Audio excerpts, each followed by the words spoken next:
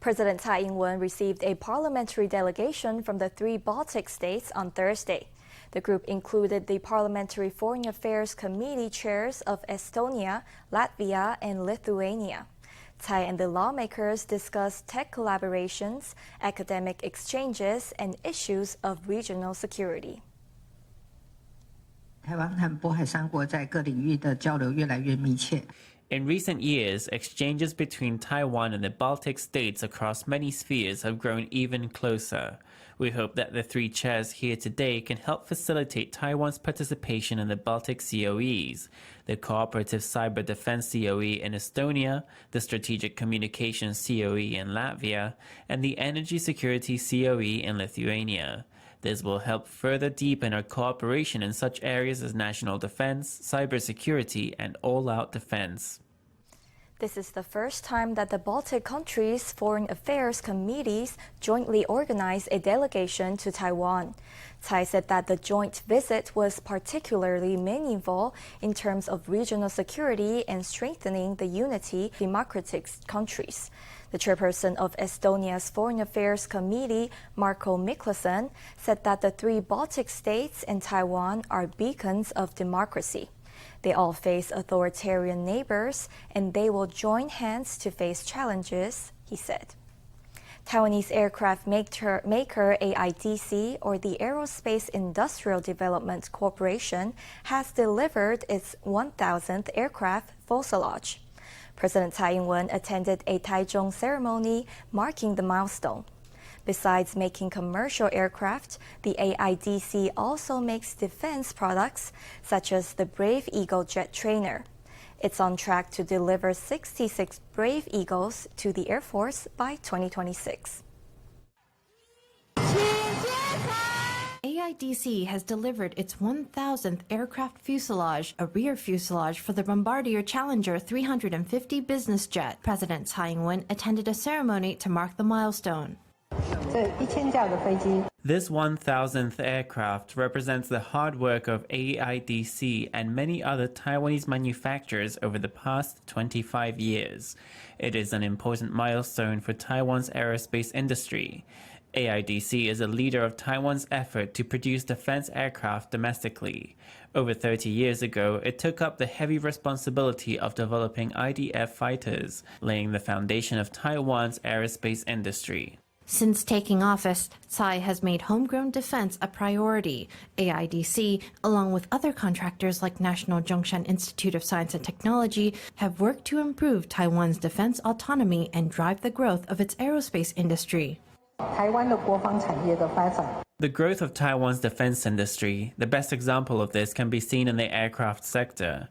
The number of manufacturers that work with AIDC has grown from 614 since the end of the IDF program to nearly 900. Due to all our efforts, we have successfully developed the Brave Eagle advanced jet trainer, which is 55% made domestically. The Brave Eagle completed its first flight in 2020. Taiwan's aerospace industry has put planes in skies around the world and even in outer space. With full government support, the industry is set to soar even higher. 2 years ago, China's Evergrande Group defaulted on its debts, paralyzing China's real estate market. Now, another property developer, Country Garden, is reportedly in crisis mode.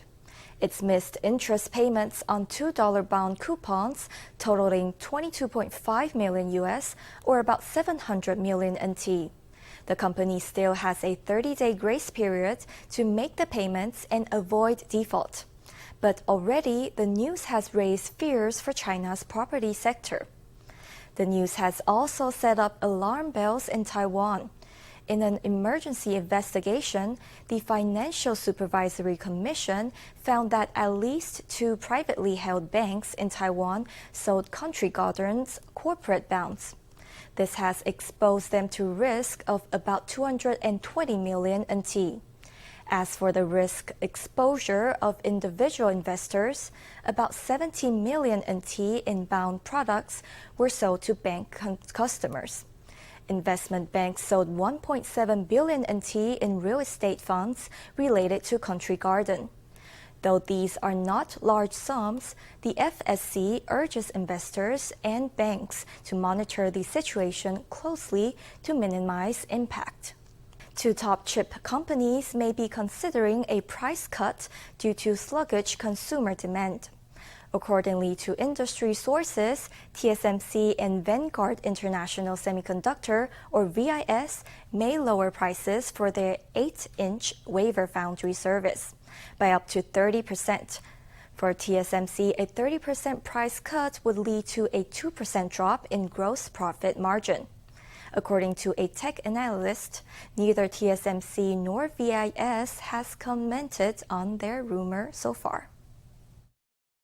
We now expect the foundry industry to decline mid-teens, and our full-year 2023 revenue to decline around 10%. At TSMC's earnings call in July, CEO C.C. Wei said that weak end consumer demand would bring down revenue by 10%. According to the latest industry rumor, TSMC and Vanguard International Semiconductor, or VIS, intend to lower their prices for 8-inch foundry by 10 to 30%. If prices drop by 30%, there would be a negative impact on TSMC's overall gross profit margin of roughly 2%. That's a sizable hit. If the losses at Arizona are also put on the books, it would be extremely hard for TSMC to fulfill its promise of 55% gross profit margin for the year. Both TSMC and VIS have yet to comment on the market rumor. TSMC is known for holding firm on pricing, neither raising nor lowering prices on a whim. Due to TSMC's 3-month production process, the financial impact of a cut would be felt in the fourth quarter at the earliest. This wave of inventory digestion may continue through the first half of the next year and even through to the third quarter. The issue is not limited to the semiconductor side, but affects the entire electronics industry supply chain. Amid slow inventory clearance and weak consumer demand, the electronics industry sees little hope of a quick recovery. If TSMC does lower prices, its entire supply chain would be affected. The 39th Asian International Stamp Exhibition is about to kick off. The huge event will boast rare and extremely valuable stamps from around the world. Representatives from 89 national post offices will show off their stamps. There are also lots of interactive exhibits and events where you can design your own stamps and philatelic cakes. While the event promises to be an absolute paradise for stamp collectors, organizers hope it also has much to delight visitors with just a passing interest in the world of philatelic. Treasures from the National Palace Museum feature on these stamps. The Asian International Stamp Exhibition has returned after an 8-year hiatus, and this year, many highly cherished stamps will be on show. The most unusual thing is that there will be 21 stamp collections which won the Asian Philatelic Exhibition International Prize. Otherwise, of course, the most special collection is the British Guiana Magenta, because it's so valuable. One of the most valuable stamps in the whole world. Its value at an auction is about 260 million NT. This simulation of the exhibition hall shows off its many attractions, from the immersive fantasy stamp corridor to the Formosa-themed rooms where interactive exhibits highlight the beauty of Taiwan. The local food culture is proudly displayed on stamps, too. In the DIY zone, you can design your own personal stamps, as well as edible stamp-shaped mung bean cakes. The 5-day exhibition offers many events based on daily themes, as well as stalls hosted by post offices from 89 countries around the world. At this presser, commemorative stamp packs were unveiled, along with various surprising stamp designs. AR technology allows you to use interactive filters and enter competitions and events, building hype for stamps and supporting artists. We have more experience now, and we've designed the exhibition more carefully. There's a greater range of associated events. I think it will attract larger crowds to participate. More than 1,000 valuable award-winning stamp collections will be on show at the exhibition, giving stamp collectors a once-in-a-lifetime opportunity to lose themselves in a stamp Shangri-La. Dengue fever is gripping the south, and now Taipei has found its first case since 2020. The patient is a boy in Datong district who recently traveled to Tainan. After his diagnosis, the government launched contact tracing and disinfection work near his home. Taipei Mayor Jiang Wan-an headed to Datong on Thursday to inspect operations. Disinfection crew sprays the pavement as Taipei Mayor Jiang Wan-an inspects the operation and chats with locals. On Thursday morning, Jiang appeared in the alleys of Datong district, where Taipei's first dengue fever case of the year had emerged. The CDC confirmed yesterday that it was Taipei's first domestic case of dengue fever. We immediately established a district emergency response center and launched disinfection within a radius of 100 meters from the patient's residence. In the afternoon, we will convene a task force comprising several government agencies. His first case involves a boy who lives in Datong district. He had gone to Tainan on July 21st for a 3-day trip and later developed symptoms including fever and fatigue. He saw a doctor on August 4th and tested positive for the dengue. His case was reported to the government and contact tracing operations were launched that same day. He was confirmed as a dengue fever patient by the CDC on August 9th. The incubation period for dengue fever is relatively long, so we will monitor the situation until August 31st. The 3 people he lives with were immediately tended to, and they are all in good health. The patient traveled to Tainan in late July. He was mainly active in Tainan's East District and Yongkang District. I'd like to remind people that if you have a history of travel to dengue fever hotspots and you develop a fever, muscle pain, headaches, eye pain, or rashes, please see a doctor as soon as possible. This is Taipei's first case of dengue in 3 years, and it sent the local government rushing to action. As of August 8th, an inspection found that 5 out of 173 water vessels were breeding sites for mosquitoes. They were all cleared or disinfected. Teams have been mobilized around the city. We regularly monitor mosquito concentrations in the city to find locations where mosquitoes have laid eggs. If there are more than 50, we immediately launch pest control measures. Besides conducting disinfection, the environmental department also put out a public announcement asking locals to watch out for dengue symptoms and mosquito breeding sites at home. A Taiwanese woman has died of a rare brain infection caused by the Naegleria fowleri, commonly known as the brain-eating amoeba. The woman, who was in her 30s, had visited an indoor water park in New Taipei. According to tests at the park, the pool water's chlorine concentration did not reach standards recommended by the Ministry of Health and Welfare. The park could face fines of up to 1.5 million NT if the amoeba is found in samples collected.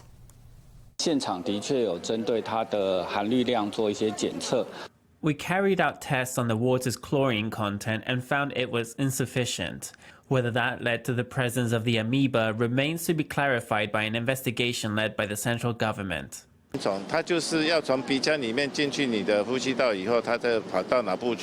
The amoeba can enter the respiratory tract from the mouth and nose and make its way to the brain, where it causes an inflammation. Once an infection happens, it is hard to diagnose because it's not something that we screen for in regular testing. There is also no consensus on treatment, as there are too few cases of this kind of infection. There is no established treatment. There are about 40 amoeba species under the genus Naegleria. Only one of the Naegleria fowleri is pathogenic to humans. This amoeba can be found in freshwater bodies, hot springs, and pools with insufficient chlorination. It can also be found in water heaters and even soil. Initial symptoms of infection include headache, which later progresses to neck stiffness, seizures, loss of balance, and hallucinations. Its death rate is 99%, and even if cured, patients still may experience epilepsy and emotional disorders. The Taipei MRT will lower the AC settings inside trains by 1 to 2 degrees this summer. This decision comes after complaints from riders about the heat inside MRT cabins. According to Taipei officials, the extra cooling will raise the monthly power bill by up to 2.5 million NT. Metro riders grip their fans. It's oppressively hot as they enter the platform to board their trains. This Wednesday in Greater Taipei, the mercury soared to 38.4 degrees Celsius, the second highest temperature in the country. Passengers stepping into the MRT expected relief, but were greeted with air that wasn't much cooler.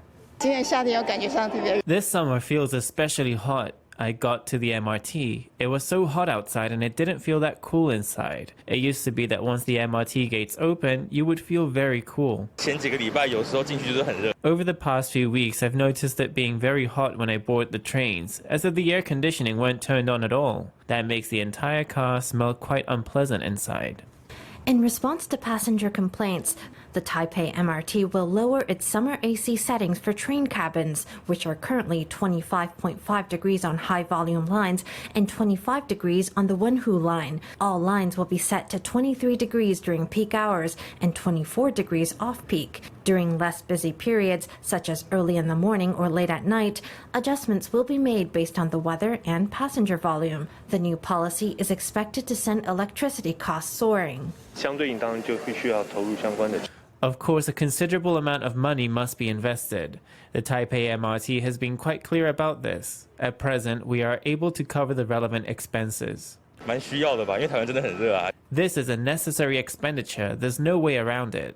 Temperatures will be lowered in train carriages to improve the passenger experience. But the train platforms, which are subject to governmental temperature regulations, will likely stay too warm for comfort. The Bureau of Energy decrees that indoor temperatures be no lower than 26 degrees. But it emphasized that the rule doesn't mean the AC must be set at 26 degrees. That might leave room for slightly cooler stations, but metro workers have their work cut out for them. How do you think about finances? Are you a keen stock market dabbler, a careful saver, or does thinking about money give you a headache? In Taiwan, finances, savings, and investments are a huge interest for many people. But how do normal working people really manage their money? Today, we meet actor and performer Guo Yatang. You might know her face from soap operas or dance shows. She shared with us her financial strategies. Everything she does is working towards her goal of buying property, and maybe some of her strategies could be useful for other would-be homebuyers. Guo Yatang has become well known as a soap opera star, but that's far from the extent of her talent.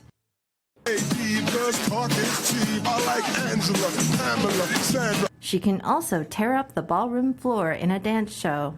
And she's a proficient event MC. Alongside her many performing skills, she's recently gotten into backstage work, planning events. Always the hardworking pro, she has one goal in mind: buying a house. Maybe it's because I'm a Taurus and my grandparents brought me up, so I've always thought that a house is a feeling of stability and security, like you have a base there. I want to buy a small 3-bedroom or large 2-bedroom house. Guo wants to buy a house to support her family. She has gradually built up her savings through gold passbooks and US dollar time deposits. The bigger picture principle is that if the greenback falls, the gold will rise, and vice versa. At the same time, I simply thought that no matter what happens, gold and US dollars can't possibly see their value wiped out. Her goal is to save up a 4 million NT deposit in 3 years. She also has high dividend stocks and regularly picks up dividends and allotments. I started buying stocks in the last 2 years. I looked for some stocks with high dividends. You buy them regularly every month as a form of savings, and then you don't need to think about them again or look at them again. I invest about 15 to 20% of my monthly income. Guo recommends her financial management strategies as a good way to build up wealth for oneself and one's family. A Filipino migrant worker is brightening up his Hsinchu workplace with a huge array of beautiful murals. Sunny Torreflores Simera came to Taiwan 12 years ago. The company worker is an exceptional artist who has covered the walls of his firm with inspiring nature scenes. When he's not at work, Sunny likes to explore his own town of Hsinchu and sketch the local scenery. He hopes that in the future he will get more opportunities to create beautiful public art for Taiwan.